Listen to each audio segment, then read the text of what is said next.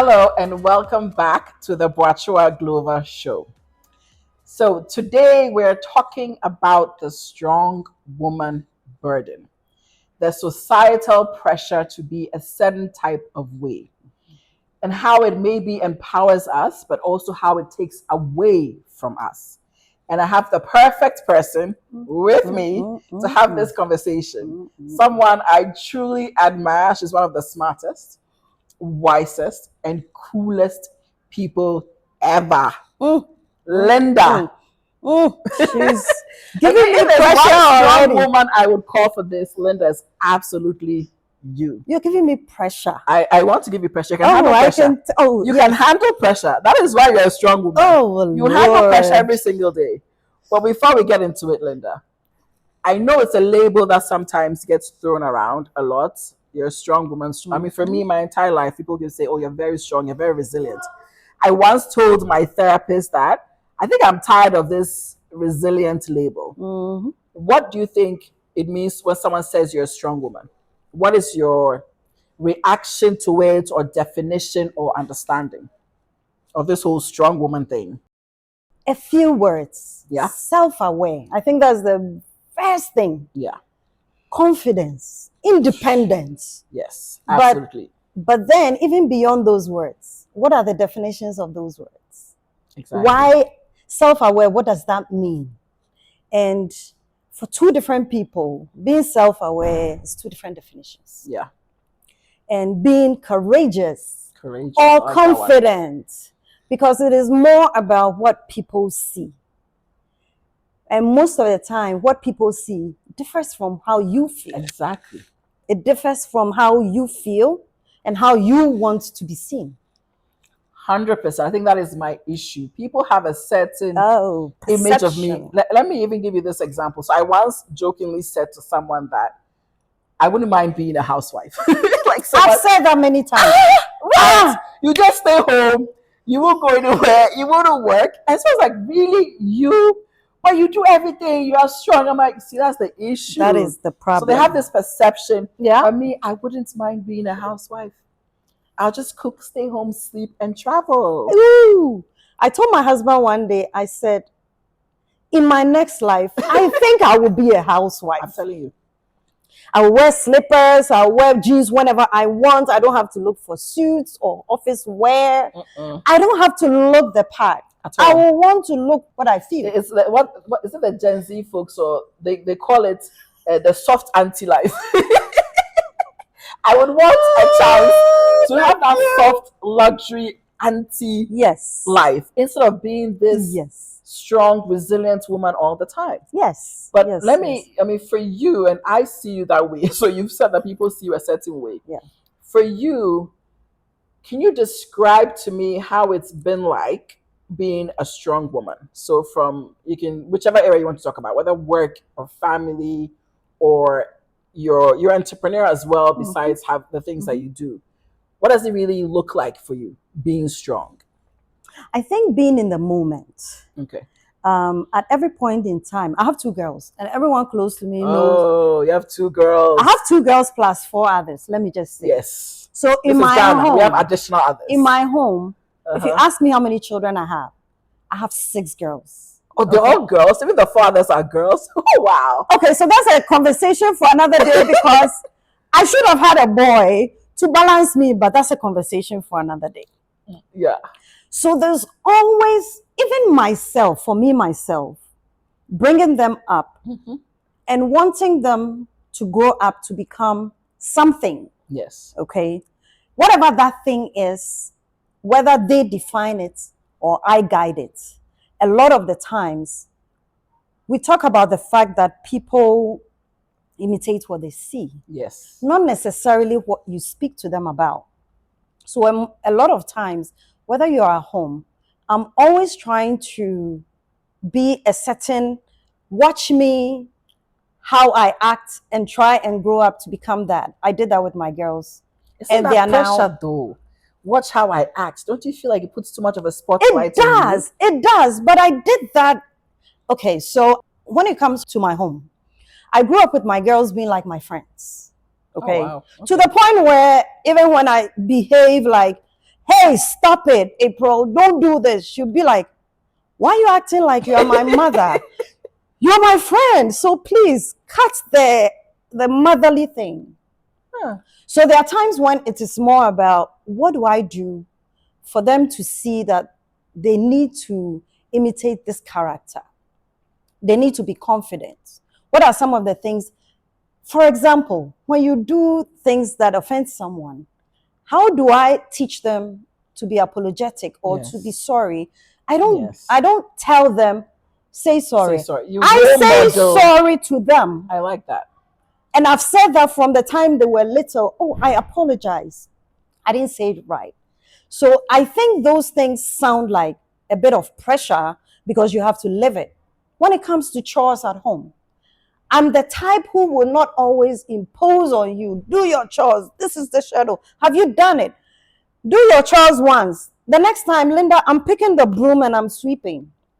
And they will start seeing how I do it. And that was my style. I'm not saying everyone should act that way. But also, as I was growing up in my career, I realized that there are people outside of even my home, in terms of my career, who would look up to me whether I like it or not. I mean, I worked with you, so I absolutely know that. Exactly. And I would describe you, so I think maybe I should even have started with that. I would describe you a certain way. And the way I would describe you is, you have this moral center. And I think that's a very important characteristic of a strong woman. You have a line, and you believe that people need to toe that line. You don't like to deviate. You don't like to do something that is wrong. And you don't say it. So I see how you handle your daughters. You role model it. I act. So at work, you don't even say, let's not do this, let's not do that. I don't hear you say that. No. But it is, if it's something comes to you and you don't agree, you will act and show that, okay, I don't think we should do this. So I would describe you as having that strong moral center and character. But if you were to describe yourself, let's say I'm asking you to, hey, remember these essays? When we're in primary school, essays, write about yourself. Oh, yes. So I'm not giving you pen and paper, but can you sort of tell me, how would you describe yourself, Linda? Myself. My name is Linda.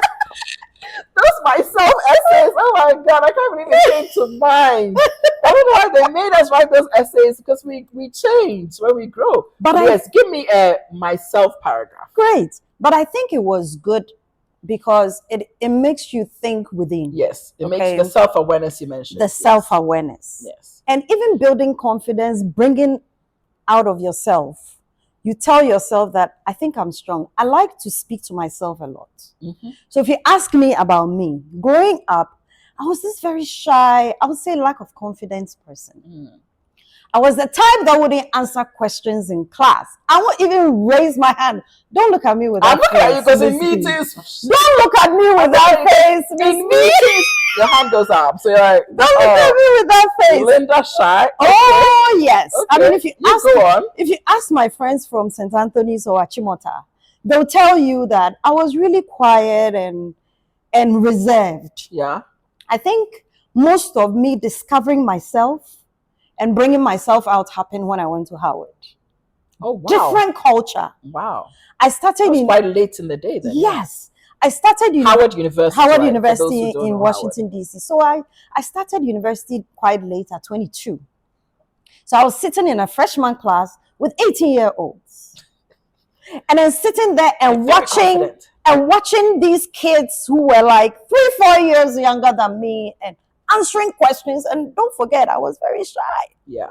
Answering questions and dealing with this thing and presenting and being so. And I'm sitting back and this was a culture shock. Yeah. And so a lot of it influenced how I looked internally and tell myself that I think there's a lot in me that I have to pull out myself. There wasn't so much that I needed other people to help me with. Yeah. So I would say a lot of who I am now, whether I'm a strong woman in people's description or I'm a strong woman in my own description. Are you a strong woman in your description? I feel that I am a very strong woman in my description because I think that a lot of decisions or where I have come in my journey has been based on my own, influencing my own. Yourself. Yes. That is strength. when you're able to influence yourself, when you make your decisions from your own perspective. Thank you. And it's not people just saying, peer pressure. Do this. That is strength.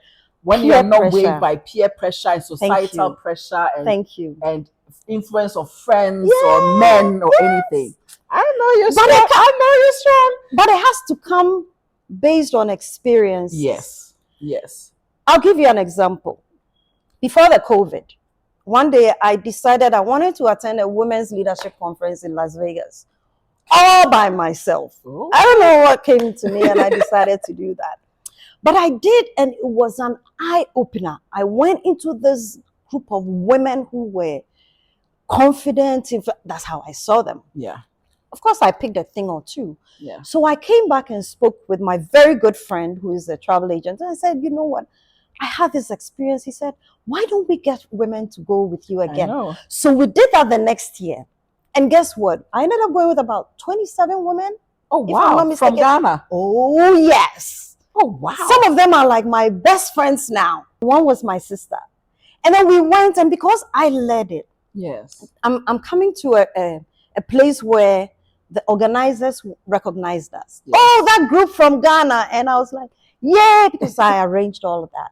And there was a time when someone just approached me and said, hey, we have a YouTube channel. We want to feature the group from Ghana. Oh, nice. So we want you to come and sit in and have a conversation with us. I had to make a decision in 5 minutes that I was going to sit in there.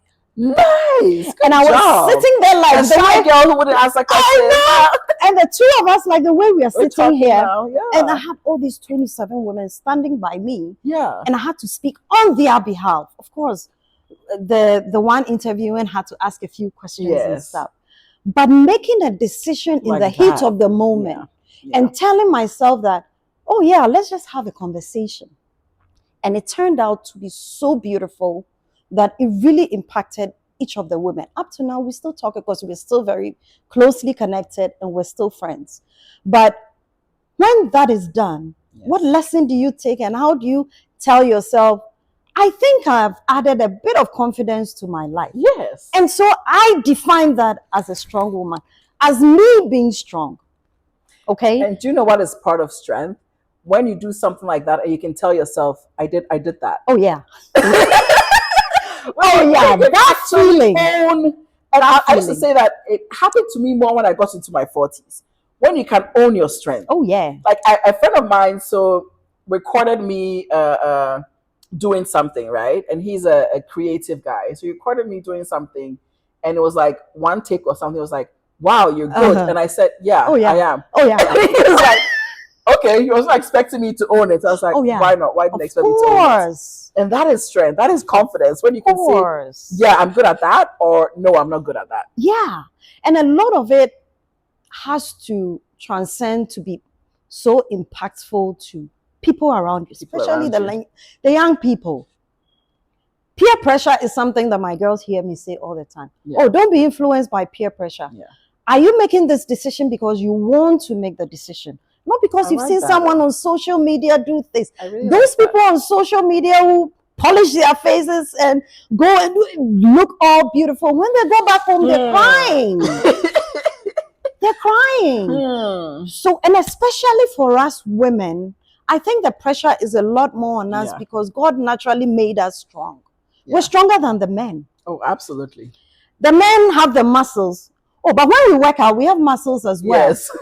So beyond that, what do we have the men don't have? And so the women need to take time and realize even going through your normal monthly cycle makes you so strong as a woman that you do not need to look at someone and try to imitate.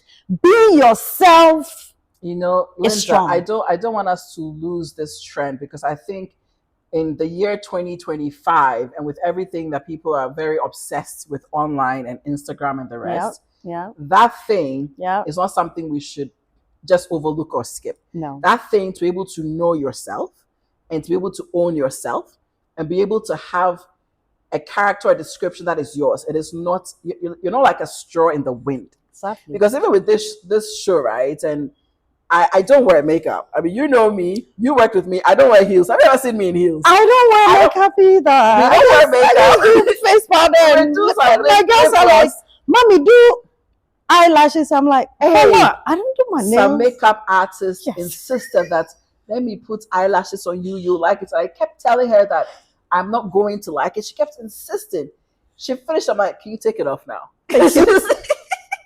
But I think that is also innate strength that a lot of young people don't have. It's one of the biggest things that I feel is missing in the younger generation is to define yourself and stick with it. To have your brand and stick with that brand regardless of where or how the world is moving. Yes. That is absolutely strength. Like definitely. It's beautiful. Definitely. And it also comes out of what society imposes on them. That's the word, imposes.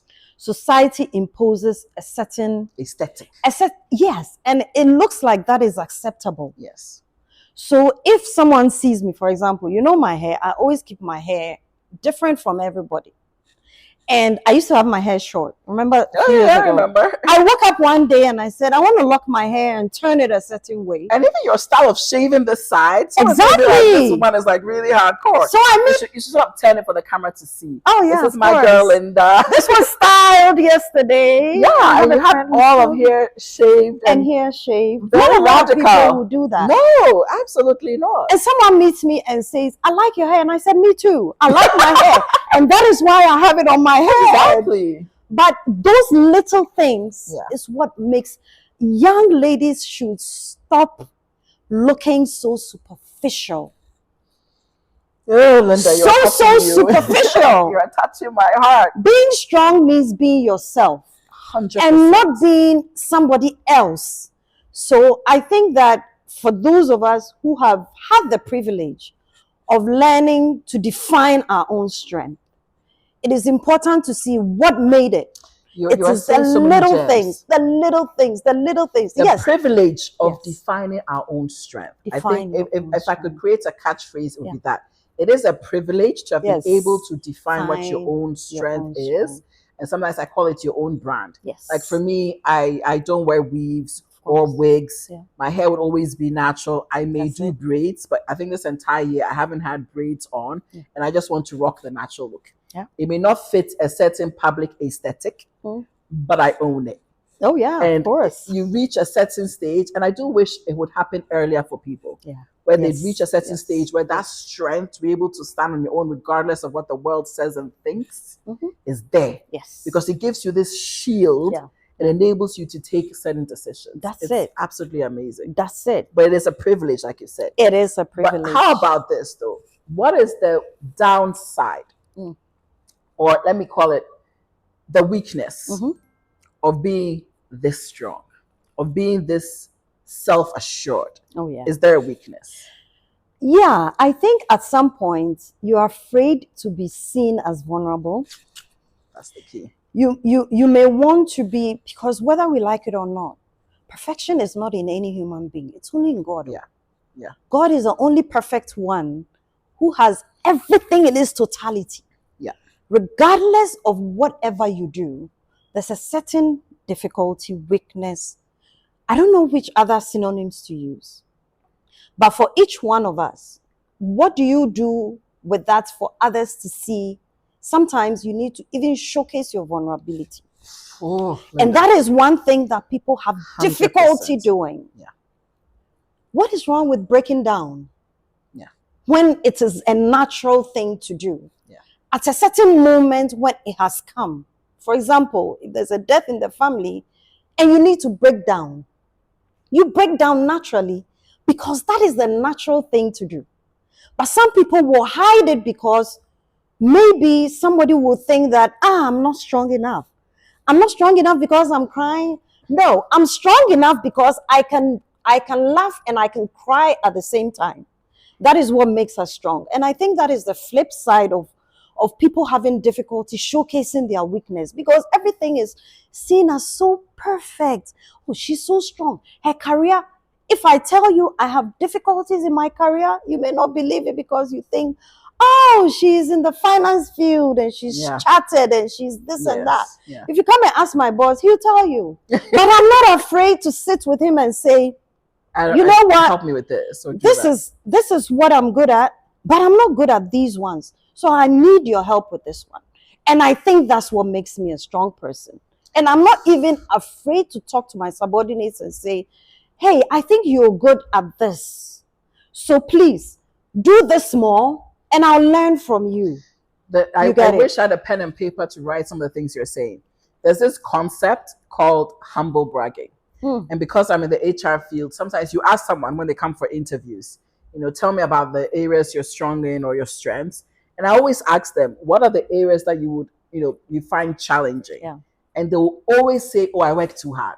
Oh, I'm too kind. Oh, I'm too this. And I call it humble bragging. So humble bragging is when you try and make a positive seem like it is a weakness, but it's not. Yeah, but then HR people want us to impress you. So, but they don't show. And I remember texting this last candidate to say, go and Google humble bragging, and I'll call you tomorrow and I'll ask the question again. Yeah. Because I think it's very important to own, the same way we've talked about owning our strengths, it's very important to own our weaknesses. Definitely. And our vulnerabilities. Definitely. It is part of our identity, our signature, our brand. Yes. And this image of seeming perfect, like you said, is an image we need to break down. We need to show our vulnerabilities. Yes. Do you do that regularly? And how do you show your vulnerability? Maybe at home, at work. You've talked about the work one. Yes. You can tell your boss, I'm good at this, I'm not good at that. But at home, in front of your girls, with your husband, with other family, how do you show that vulnerability? There was a time when, I won't tell you what happened. There was something I did wrong. Yeah. To the point where I actually went on my knees and apologized to my girls. If I tell anybody that, they are shocked. And I think my girls ended up respecting me a lot more because of that. Yeah. And they may not tell me today. Yeah. But as time goes on, I think they seem to begin to think that if I can see the different sides of this woman who is acting like my mother, but is not my mother kind of thing, but she is that person that I can look up to and at the same time talk to. Yeah. It makes it so easy for them. Yeah. I went on my knees and I said, I apologize. Yeah. Because I was wrong. Yeah. And I have recognized my fault. And if anything were to happen because of my faults, that is the reason why I want to show you that I can go down, at the same time be up and tell you, don't do this and don't do that. Yes. You understand? Yes. So yes. And it gets to the point, sometimes we sit at the table, we're having conversations with all the 6 girls. And we can talk about, my husband is the only man in the house. So out of how many? During Christmas time. I think it's good though. He gets to learn about women and can communicate with women. You should be doing seminars. I think, please, I'm giving you a business idea. He should be running seminars for men to help the men understand women. Go and tell him. He's called the girls prefect in the house. He's sitting on a gold mine. He is. And he appreciates that. Yes. Sometimes when we sit, whether you are my biological or not, sometimes I like to try to refer to everyone the same. And I falter. So at the point where everybody is seated at the table, and you have 7 girls, including myself, and a man sitting there, how you even have the conversations without even making it look like there are some biological and some non-biological. Yeah. That alone, for me, is a strength. That's strength. And there are times when I have to look at the person who is not necessarily my biological and say, I didn't do that right. I should have done it this way. You understand? Those are examples. I would actually give 2 quick examples. So my housekeeper, former housekeeper, was telling the driver that, hey, this madam, every time she talks to you, she says please. She says thank you. Oh, Christabel, please bring me this. Oh, Christabel, I forgot to tell you this. And she was just so stunned at how often I would say please and thank you and apologize. Yeah. But that is strength. That is strength. You don't need to lord your position, your title, or your life status over anyone. And similar to you, me, I mean, your girls are older. My son is 11 now, but the way I apologize to that boy. I can imagine. I was saying, Kojo, come. Okay, yesterday when I was very upset in the car, I was just very tired after work. Yes. I'm very sorry for snapping at you. Yes. I know you're only trying to talk to me. Yes. What were you trying to say? I apologize, Papa. Yes, yes. Because one thing I'm trying to teach him, so your same model it, right, is for him to apologize. He's not very good at apology. So this morning too, he did something. I will give Kojo 5 hours. He won't come and apologize. Until you call him and say, Kojo, yes, I'm sorry. So I try and model the apology. But that is strength when you show your weakness and your vulnerability and you don't act like you know everything. Oh, yes. It lets people learn that way. Yes. What, if you think about strength in Ghana, what do you think people value as strength? And I'm going to be very specific, okay? And I'm going to use marriage because you're married, but it also goes to relationships. Sometimes we celebrate and honor people who stay in things that are not good for them, and we call that strength. We stay in situations where a man may be physically abusive or verbally abusive, but your ability to stay, somehow people regard that as you've done well, you are strong. Or we can be in work situations where they're not good for us. So we somehow celebrate, I'm trying to find the word, but we celebrate people adapting. And we don't think people should just leave certain situations. What is your reaction or response to that? Because it is our cultural thing. I think a lot of our cultural norms, a lot of people are moving away from it. Are they? Yeah? Maybe not as widespread. Okay. But because of exposure, most people have begun to learn that there are alternatives to solving your problems. I have been married for 23 years. Oh, wow. Yeah, I'm married very young. Yeah. Wow, 23 years. 23. Yeah, I think it'll be 23. We should do double seminar. You talk about how to stay long in marriage. You talk about how to marry, how to deal with women. To ensure your marriage will be successful. I'm giving you ideas, so I will charge you commission. I will charge you commission, but go ahead. So so we're moving away from those norms. Yes. After 23 years, I think the whole perception about if a man is abusive, if a man is too domineering, a lot of women have begun to learn how to cope out of it. One of the things that has, I think, impacted people staying in abusive marriages and the like is our religion as well. Yeah. Our religious thinking sometimes makes us think God will save us, God will deliver us. My husband always says that God hasn't come down like that. He's giving you a brain, use it. And a lot of people have learned to do that. Faith in action. You understand? Yes. Use the brain that God has given you, because God is not going to come. I don't believe God, and I'm very religious. God will not come down in the form of human being to come and slap your husband because he slapped you and slapped him back. It ain't going to happen. Yeah. He's giving you a brain to make a decision as to what to do in the circumstance.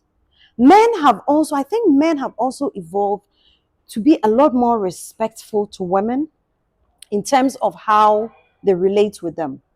Only because of how women are moving away from the domestication. Women are, we're working now, we're going to the gym now. It's not just apron and kitchen all day.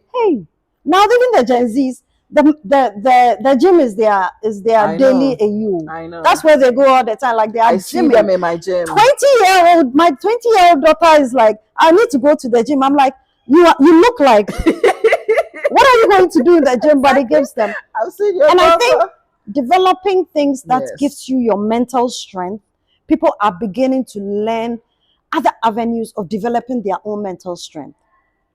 So marriages are becoming, I think, and I'm not in the space where I can say research or anything. Yeah. But what I've seen is that people are learning, when you talk to people, they are learning to find ways out of how do I get out? Who do I talk to? I mean, I think even in the medical field, it's becoming a lot more widespread than when we were younger. I mean, when I was getting married many years ago, I wouldn't have ever thought of, if I had a problem, I'll go and see a counselor or a psychologist. I wouldn't have done that. But I think today, it is something that is quite accessible to I agree. It's been popularized. So it's easy for me to say, I think that if I'm getting to a stage where I feel my mental health is being challenged, I think I can go and see someone I may not have known 20 years ago. It's true. And I think that as time goes on, even though we still have a certain entrenched position around God will deliver me, let me pray, let me fast, let me use the anointing oil and all that stuff. And whether you like it or not, that is the norm. That's what exists. Yeah. But people are becoming a lot more exposed. But I think it doesn't have to be one or the other. It shouldn't be. You can pray and still seek active resolutions. Exactly. One of the things I've struggled with my entire faith is the whole concept of wait on God. And I struggle with that because it's like, in which instance someone will say, oh, this thing, just wait on God. Wait on God. God says, don't get ahead of him, wait on God. And then I say, when you were in school and you were learning, did you just sleep and say, I'm waiting on God? Or did you not open a book and study? Exactly. So I think we really confuse the concept of wait on God and faith in action. Yes. But there's another thing I want to ask you, and I'm really glad that you're married because you can bring different perspectives. The difference between submission and strength. So submission is something that is encouraged religiously, but strength is also encouraged. And I'll maybe speak from my perspective, and then I want you to really chime in. So I used to say to my ex-boyfriend or even friends that I recognize a man as the leader in my life. Like if I'm dating someone, I recognize the man as the leader in my life, but I also regard myself as a strong woman. Oh yeah. And a lot of people think that is in conflict. What would be your reaction to that? Because do you think it's in conflict, or do you believe there is a balance between where you can recognize your male partner or your father or somebody as the leader in your life and still be a strong woman?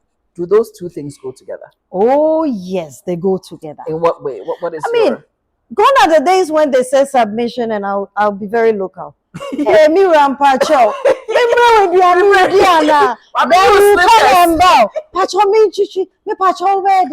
Oh no. Yes. You understand? Yes. A lot of, like I said, a lot of things are evolving. But submitting to someone, for example, for my husband like this, I'm a corporate person. He recognizes that. We have a business. He's more the entrepreneurial person, building the business. But I wake up, I do the 9 to 5. I am moving up on the corporate ladder.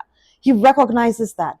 And up to now, he still wakes up every single morning to see me off at the gate, open the gate for me and see me at the door. So the young people say relationship goals. Hashtag relationship goals. My daughters say it all the time. And even when I was coming today, I was like, oh, you are busy, you're on your laptop. I need to go. He said, wait. And he walked me to the gate. The only thing is that what I have learned within the last, I'll say 15, it took me a while to learn it. One thing you need to give to the man, they call it submission, but what the men want to see is respect. And respect happens when I tell my husband that I need to make a decision. What do you think? That is respect. Can we do it this way, or what do you think? That is respect. And I don't think that the respect is so extravagant that I have to go on my knees and bring a tray. And sometimes I'll wake up and say, can I have a mocha? Oh, I'll get you a mocha. Only because I usually would wake up and say, would you like a mocha? Or would you like your tea? Would you like which tea would you want? Because it's just a simple thing, because I'm going to the kitchen. Would you like some tea? Wow. And the next time I'll say, are you going to the kitchen? Can you make me some tea? And he feels that I have not disrespected him to the point where he feels I'm imposing my whatever on him, only because I feel I'm such a career woman and I wake up every morning and I'm in big organizations and I have worked in corporate and multinationals. What is all that about? A friend of mine from my former company told me once, because he came to our business to come and do printing T-shirts. He came there, met my husband for the first time. I said, this is my boss. And he knows me at the organization. He said, wow. I said, this is my boss. My husband is always in jeans, sneakers. So he's like the down low guy who is walking around. And then I come in my corporate. Thank you very much. When he left and went to the office after the interaction for just 5 minutes, he went to tell them in the office and he's like, wow, now I know who is the boss. Linda's boss is. There is only one boss for Linda, and that is him, because I don't care where the environment is. Even if we are interacting, the respect is there. It is in how you speak. It is in how you interact. It is how you don't impose, you don't speak anyhow.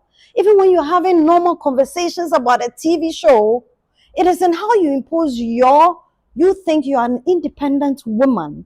You have arrived, you are all that. You have arrived. You are imposing, no. In the home, he is the head of the house.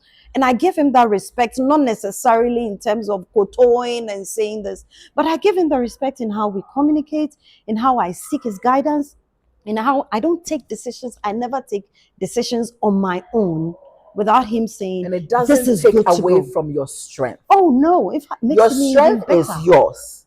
Nobody's going to come and dig within you and take that away. Thank you. Simply, like my housekeeper cannot take away my strength just because I say please and thank you. Exactly. Just because I show people respect at home and outside does not make me less at all of a strong woman. And I think that's the message that people are really missing. Yes. Is that they think strength means disregard. Yes. Strength means you don't need to consider anybody else in anything you do. Yes. Strength means you are independent and you do things by yourself for yourself, and that is not the strength you and I know and like. Yes, exactly. Perfect.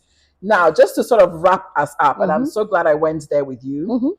You have daughters. You have 6 daughters. Yeah, 6. I want you to give a message to any young woman who is listening about how they can cultivate that type of strength. Strength that is innate, strength that can be built, but strength that can take them far. How can young women cultivate this strength? I want that to be the message we leave with them. In my experience, it has been based on my day-to-day, all the things that I have encountered. So I've met somebody who's younger than me, who's a Muslim.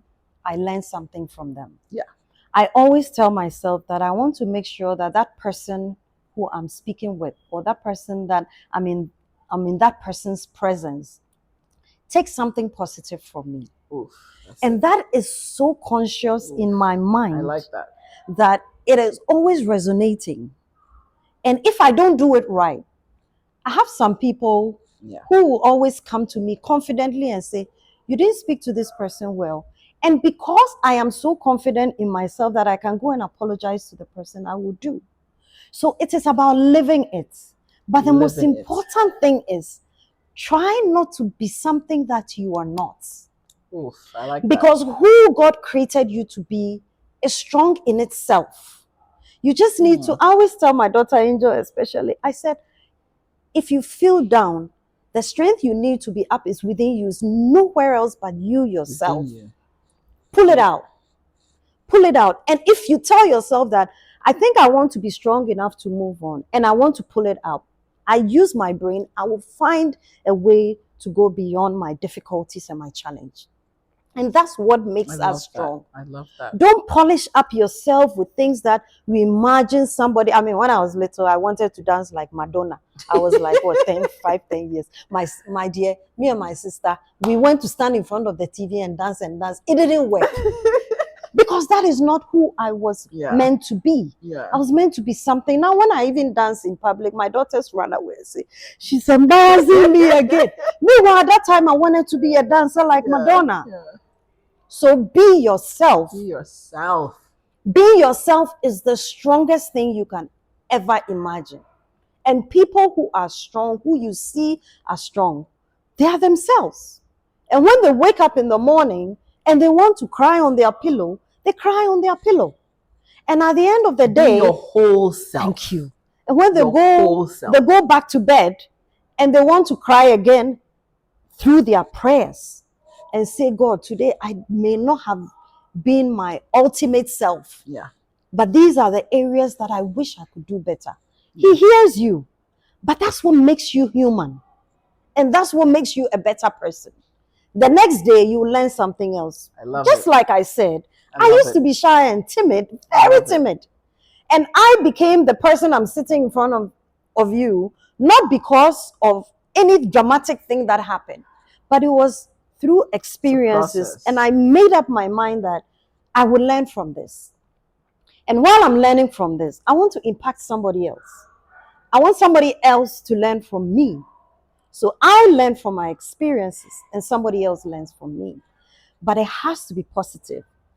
And the positivity doesn't come from you just being a macho. Macho doesn't cut it. My takeaways, and I don't want people to miss this, is that be yourself. Be yourself. But the other takeaway that you said, you sort of come back to, is you want every interaction someone has with you to be positive, and for them to take something away from that interaction. Yes. And if I might just leave something here with those watching as well, I think self-awareness is also a skill that a lot of people don't have, and they need to actively cultivate it. Develop it. A lot of people don't have a sense of either who they are or they're not honest. Yes. Like if you're a mean person, kind of be honest and say, "Oh, we sugarcoat it," or "I just like to be direct," but you're actually being rude and mean. Yeah. So I think people need to have a strong sense of self and cultivate a positive sense of self. It doesn't mean they're perfect. Yes. We've never talked about perfection. Not at all. So people need to cultivate a sense of self that they can own and that is whole in its truth. It has to be. Absolutely beautiful. Linda, it's been a pleasure to have you. I'm so glad we are aligned.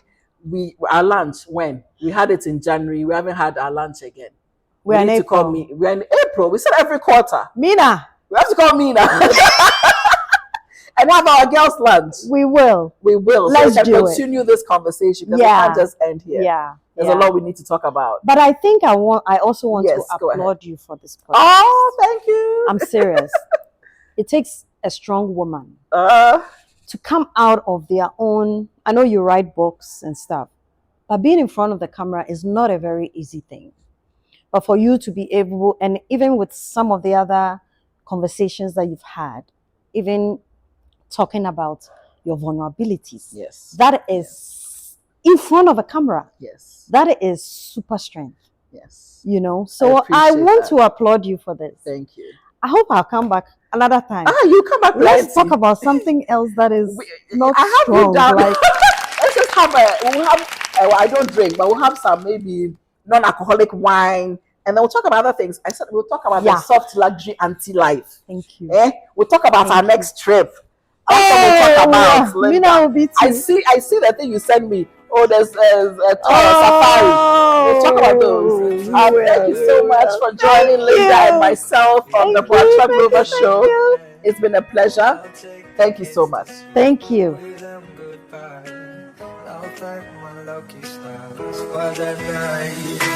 When you look over your shoulder, for a minute I forget that I'm older. I